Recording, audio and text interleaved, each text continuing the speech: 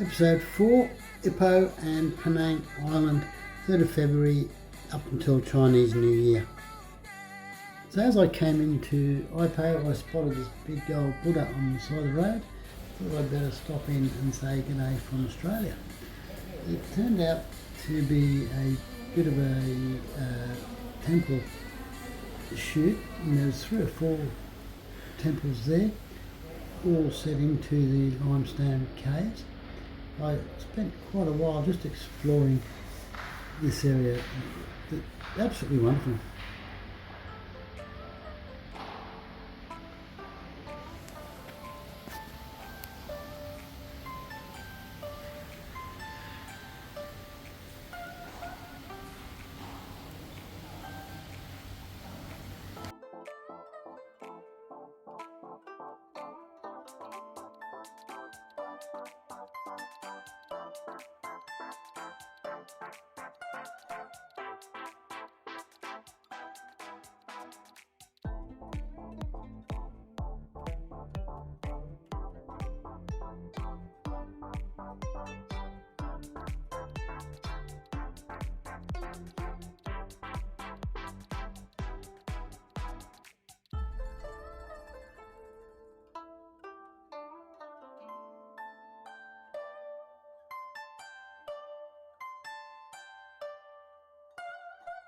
Hilltimes Hotel, Ipoh. The attendant told me to bring my bike in under the veranda. Absolutely chucking it down. Here I was having to go up myself for not setting up the camp. 80 ringgit is worth it for a room. It's only $26 a night.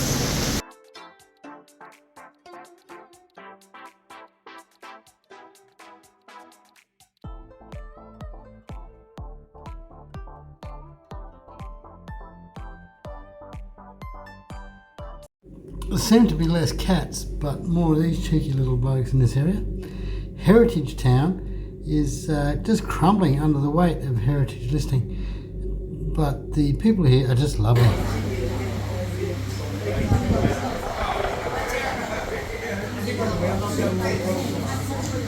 A small roadside tea shop where the whole community seems to come together.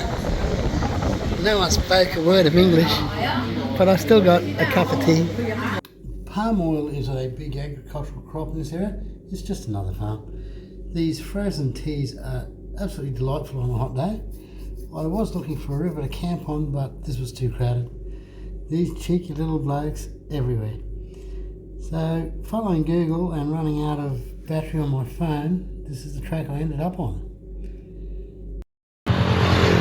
So, motorbikes get their own little lane, and you're directed into your own little lane as you come onto highways and bridges. So I sort of stopped for a bit of a look at the view in the middle of this highway. It's 80 kilometres an hour, both in this little bike lane, which is like a wide footpath, or the road. So the little lane I took as a shortcut from my hotel where I'm staying tonight out to where the receptionist there told me to come through to have a look on the main street of Georgetown, Penang, and I'm here looking for some street food. Fancy cars, brand new buses, neon lights, and lots of tourists. Aussies everywhere. We had street side dinner with these Sydney siders. Beautiful bonsais. Nightclub feel and party atmosphere. Naturally you pay nightclub prices. Just riding around Penang Island, taking in the scenery.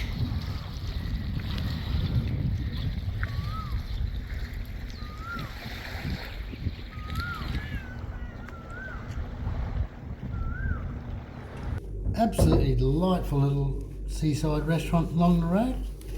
Get out to see the world before you are too old to enjoy it. So traditional life and fishing meets high-rise tourist enterprises. The two actually go hand in hand and seem to work quite well together. The locals have set up all sorts of street food markets, which might not be so plentiful. So I splashed out and I showed myself quite a nice room. It's 120 ringgit a night, which is a lot for me. That's $40 a night. I was riding around and around hoping to find a beachside camp. It became quite obvious that wasn't going to happen. So I got myself this lovely unit on the beach.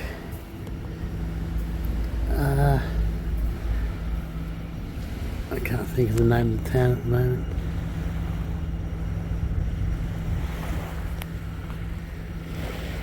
So I'll be able to hear the waves from my room anyway.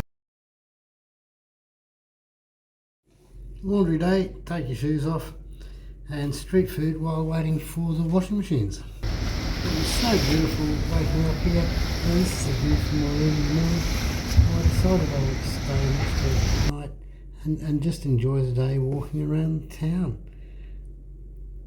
It's a beautiful area, it really is.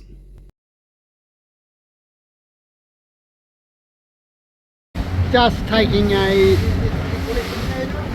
boat around to Monkey Beach. Sounds like a bit of a tourist trap, but they certainly know how to charge. We'll see how we go. So I camped at the western end of the beach at Lazy Boys. There are certainly plenty of monkeys here. I took a walk up the very steep, very long hill to the lighthouse. I was very disappointed there was no view, but I did meet a couple of Aussies. They're everywhere. Monkey Beach is very nice. It's quite clean, despite the reviews. Camp set. Swim time. They do have stingers, same as Mackay. The view from my camp, this will be very comfortable. So just a little bit of a play with the drones. This is the first time I've had it out since I've been travelling. So it's not very exciting footage, but so this is me just my campsite, and a little shortly you'll see Mr. Lee. He's getting ready to put the fishing net out, but he didn't want a hand. He's still going to untangle it, so I'm going to go for a 5-minute walk, show you Monkey Beach. And it's very quiet tonight. The next night it got very busy with a lot of tourists turning up, getting ready to celebrate Chinese New Year's here. But tonight was absolutely wonderful. There's very few people around. Lots and lots of monkeys. You've got to be very careful with all this stuff. So there's a lot of little shacks in various states of repair. A lot of these open shacks are just used for camping. You just sort of pitch your tent underneath them. There are a couple of street side cafes and restaurants, most of which all close by 5 p.m. So if you don't come here fully self-contained, you could be in a little bit of trouble. I was quite good up there at Lazy Boys with Mr. Lee, and I'll show you a bit of that a bit later on. These A-frames behind me are camps that you can hire. This is one of the restaurants, but most of the people don't live here. There's not many that live here. A lot of them go back to their homes by boat. It really is a tourist thing. It's trying to give you the feel of being back to nature. These are all very tourist friendly monkeys. So not keeping an eye on the controller, I didn't see the low battery warning, and I was walking along and realised I couldn't hear the drone following me. I couldn't see it anywhere. I had a little bit of a heart flutter thinking, oh no, did it go plop into the ocean? But this DJI 4 Mini Pro just decided to take itself home. Great.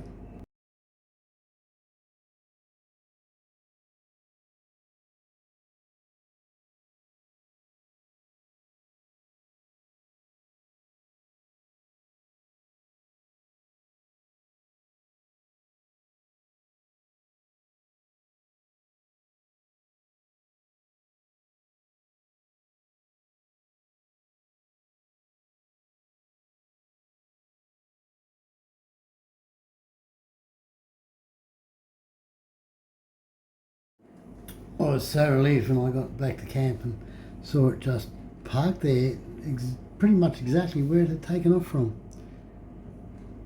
So the Aussies I met at the lighthouse were further along the beach, and we had a couple of beers. A bit later on I helped Mr. Lee set his net and we caught some fish for dinner. Mr. Lee's an excellent cook. He made them up with some rice and chopped salad. We had a bit of a campfire on the beach. And well, this is my first fire since I've started travelling. My very first fire in Malaysia, and my first fire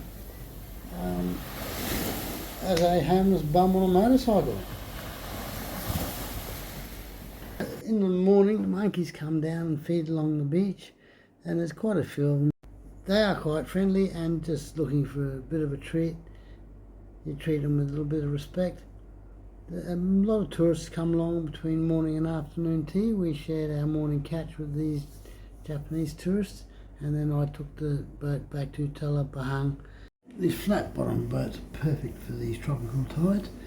All packed up and about to leave my room, heading for the Big Smoke. If you do stop for a view, just be careful to take your key. Do not trust the monkey.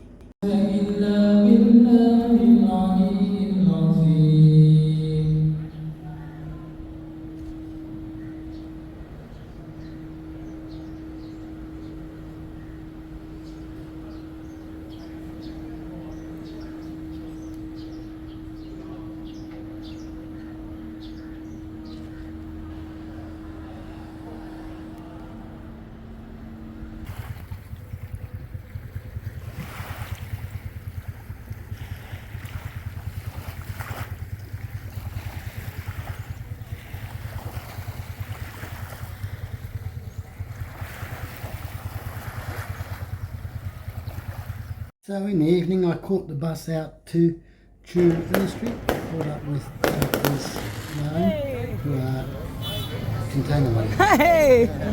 Huh? Oh, stop! Oh, hey!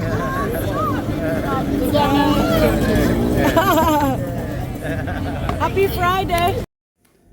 So, happy Chinese New Year. There were fireworks going off all over the city, as you can imagine. It's a Chinese community, and it was a really good night. Churubusco Street was in Party Central, and so Enter the Dragon.